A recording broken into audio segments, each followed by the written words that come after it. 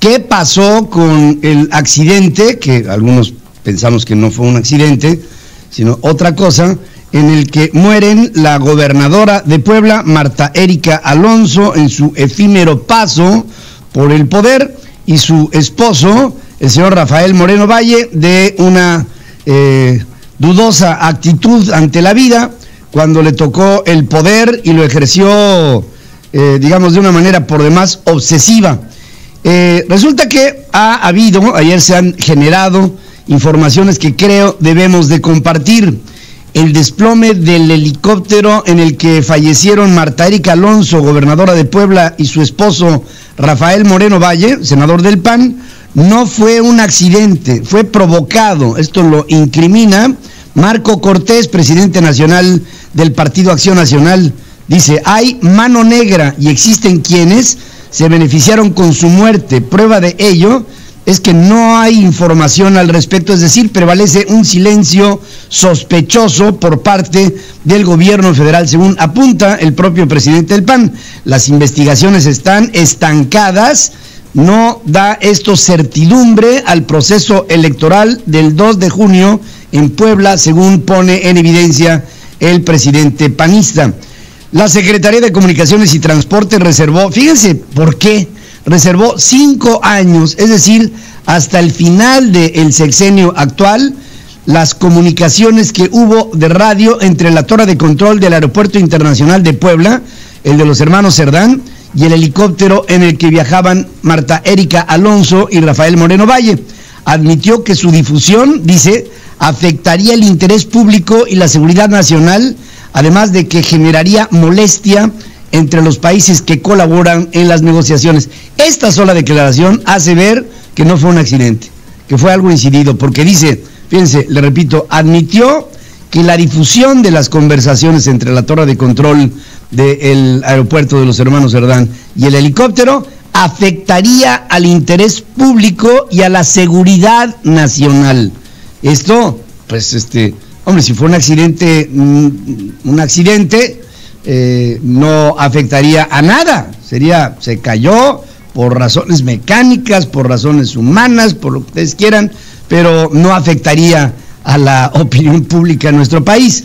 El lunes el gobierno de Andrés Manuel López Obrador decía, aquí se los anunciamos, que se alistaba un informe sobre el caso de la caída de este helicóptero. Jesús Ramírez, incluso vocero de la presidencia, prometía que habría un reporte porque se trata de un asunto de interés nacional, que ahora se propone cerrar todo tipo de comunicación hacia el público para los próximos 5 años. Ayer el Senado informaba que llamaría a comparecer a Javier Jiménez Espriu, secretario de Comunicaciones y Transportes, para que diera a conocer los avances en las pesquisas sobre la caída de esta aeronave en la que perdió la vida Marta Erika Alonso y Rafael Moreno Valle. Entonces, fuentes parlamentarias indicaron que este jueves la comisión especial creada para dar seguimiento al tema propondría un punto de acuerdo para que Jiménez Espriu, el secretario de Comunicaciones y Transportes, se presente. Pedro, la Fiscalía de Morelos. Pedro, y este tema, mira, es el primer punto electoral de la campaña de Puebla, y lo estamos advirtiendo desde este momento. Este asunto de la investigación del helicópterazo en donde perdieron la vida estos dos políticos panistas se va a politizar y será una de las principales banderas que utilizará ya sea el Partido Acción Nacional o la oposición a Morena. Inclusive el presidente de la República lo veremos muy activo en este tema del accidente del helicóptero. Hoy la bandera de Rafael Moreno Valle, su accidente y el fallecimiento de la gobernadora será el eje central de la campaña allá en Puebla. Ya se empezaron a mover los candidatos o los precandidatos de cada uno de los partidos políticos. El PAN es un partido extremadamente disminuido, perdió la fuerza al habérsele quitado al Partido Acción Nacional en Puebla los apellidos de Moreno Valle. Barbosa en el partido Morena no la tiene ya tan fácil como lo hubiéramos pensado antes. Hay una oposición dentro del partido del presidente de la República para que Barbosa no sea el abanderado a el gobierno de Puebla. Así es que este caso, como lo hemos dicho desde el inicio de este programa, Pedro, es el caso de Puebla, el foco más rojo en materia democrática que va a tener el presidente de la República en su inicio de gobierno, Pedro. Ya lo creo que sí, y como hemos apuntado aquí en este programa, la muerte de Rafael Moreno Valle y de Marta Erika Alonso marcan, desde nuestro punto de vista, al inicio de la guerra en contra del robo de combustible, el huachicol, ubicando, porque lo tenemos ubicado en vida, a Rafael Moreno Valle como uno de los líderes del huachicol en la parte, digamos, oriente de la República Mexicana, partiendo de Puebla y hasta Veracruz. La Fiscalía de Morelos extravió la cartulina que tenía amenazas que aseguraron haber encontrado en la escena del crimen de Samir Flores, opositor a este Plan Integral Morelos y a la construcción de la termoeléctrica de la Huesca. Se trata de la prueba que enarboló el fiscal Uriel Carmona para asegurar que el asesinato fue obra del crimen organizado, pero esta manta se perdió, este mensaje, luego del atentado, se perdió, o bueno, lo extraviaron. Sin embargo, fíjense cómo todo es opacidad, ¿no?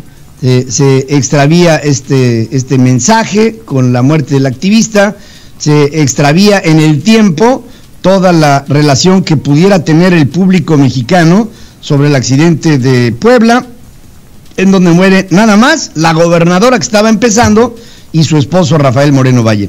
Sin embargo, aquí en Central FM Equilibrio, Jorge Velázquez, integrante del Frente de Pueblos en Defensa de la Tierra y vocero de la comunidad de Amilcingo, acusó a que el Estado fue quien mató al activista, su amigo, Samir Flores. Lo mata el Estado, el Estado.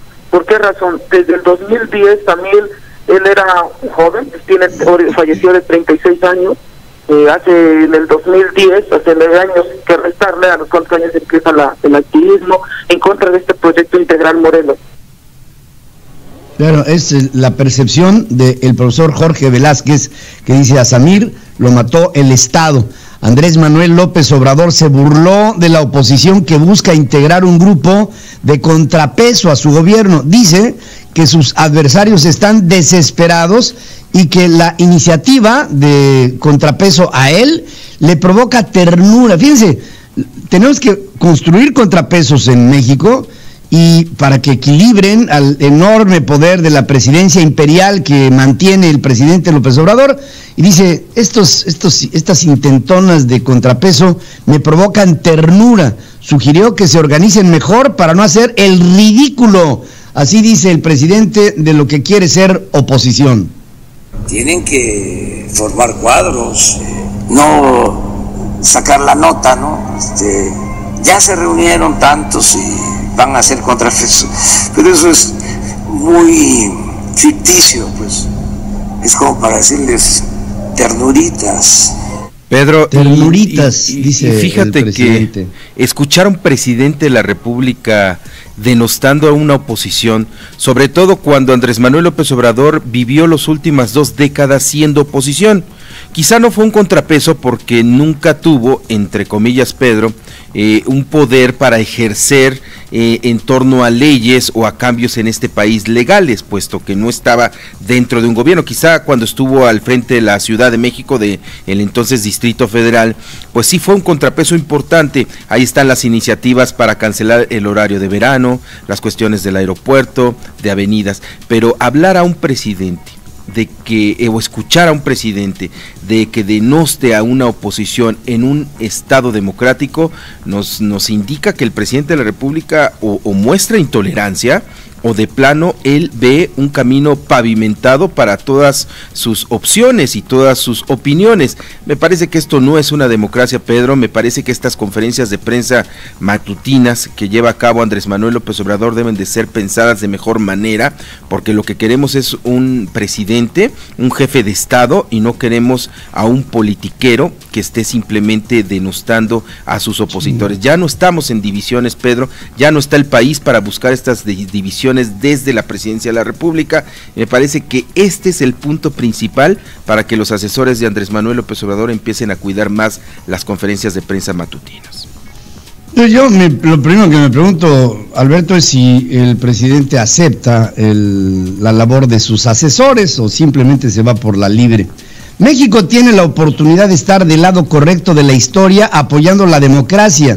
contribuiría de manera positiva para liberar a Venezuela del genocida Nicolás Maduro, que le ha hecho mucho daño a su pueblo, según remarca Larry Rubin, representante del Partido Republicano de los Estados Unidos en México.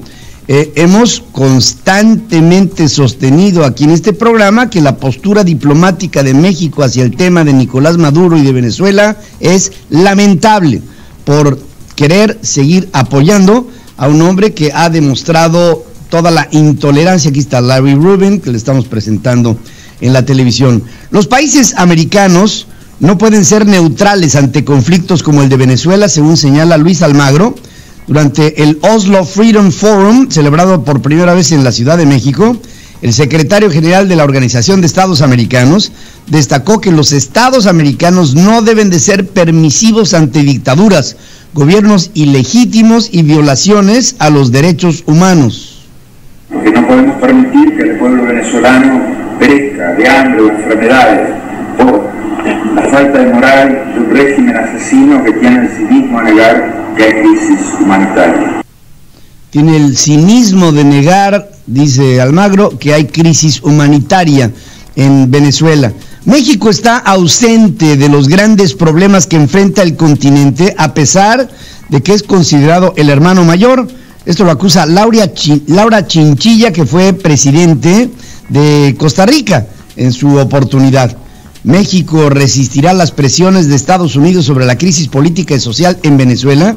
Declara, fíjense, ¿qué tiene que ver en esto? Es que el complejo de Ricardo Monreal y de gran parte de esta izquierda trasnochada que tenemos en México.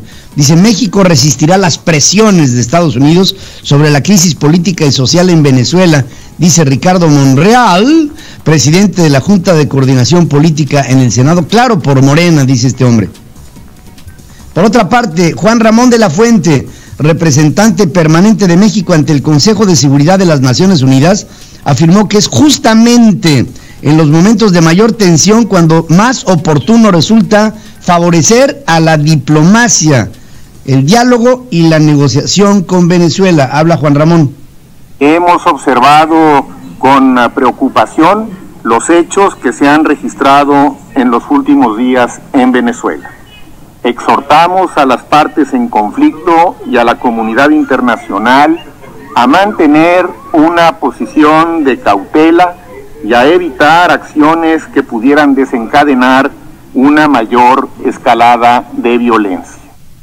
O sea, lo que dice el representante de México ante el Consejo de Seguridad de las Naciones Unidas es, ante el tema de Venezuela hay que mostrar cautela. Qué bonito, ¿no? Me imagino que esto será muy susceptible al entusiasmo por parte de los venezolanos. Ya México está exhortando a la cautela después de la crisis genocida que se está viviendo en Venezuela. Cautela es lo que recomienda México. Y además lo dice con un enorme aplomo. En Colombia, Juan Guaidó aseguró que regresará pronto a Venezuela para ejercer funciones como presidente encargado del país, en abierto desafío al Tribunal Supremo de Justicia venezolano, que le prohibió a fines de enero cruzar las fronteras. Venezuela, vamos bien. A la reunión del Grupo de Lima siguieron otras reuniones que deben llenarnos de ánimo y que forman parte de la estrategia que seguiremos en los próximos días. Somos reconocidos por las principales democracias del mundo, mientras que el usurpador no es sino un hombre cada vez más solo y más desesperado. Ahora detiene, roba y deporta periodistas. Además, varios de los soldados que han abandonado al usurpador nos han contado cómo uniformaron a cientos de presos para dispararle al pueblo del Táchira y Bolívar. Y además, desde los rangos más bajos hasta los más altos, reprochan saber que una ministra entrega armas y uniformes a delincuentes. Y eso es lo que están haciendo ante la falta de recursos ya humanos que tienen dentro de sus propias filas. Nicolás Maduro está echando mano de la carroña. La Comisión de Puntos Constitucionales en la Cámara de Diputados aprobó por unanimidad la minuta que crea a la Guardia Nacional. Ahora pasa al Pleno para su evaluación y su ratificación. Dulce María Sauri, diputada priista, presentó una iniciativa de ley para modificar 8 artículos constitucionales relativos a la figura de los superdelegados, con el objetivo de mantener el equilibrio dentro de los poderes. explicó que de concretar el poder político y presupuestal en una sola persona pone en riesgo al pacto federal y también a la división de poderes, dice Dulce María Sauri Riancho. El PRI en la Cámara de Diputados ingresó ante el Pleno una propuesta de ley para prohibir las comisiones bancarias por disposición de efectivo, consulta de saldo, manejo de cuenta, apertura de crédito y no mantener un saldo mínimo, entre otros.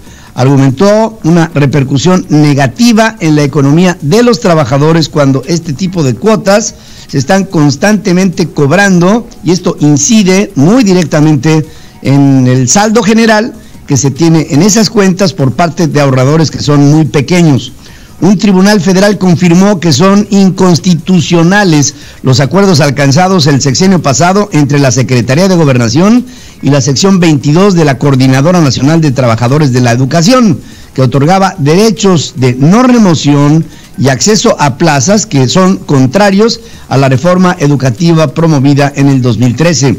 Integrantes de la Coordinadora Nacional de Trabajadores de la Educación, aliada a Andrés Manuel López Obrador, protestaron en la Ciudad de México, exigieron entrevistarse con el presidente, demandan al Ejecutivo que cumpla su promesa de campaña de abrogar a la reforma educativa promovida por Peña Nieto y que los gobiernos federal y estatales liberen recursos para pagar sueldos atrasados. Hombre, si el sueldo es bajo y todavía no saben entre gobiernos estatales y federal quién es el que tiene que pagarle a los maestros, y esto deriva en bloqueos en ferrocarriles, en acciones de resistencia civil por parte de la coordinadora y del propio sindicato, porque también está metido el Sindicato de Trabajadores de la Educación.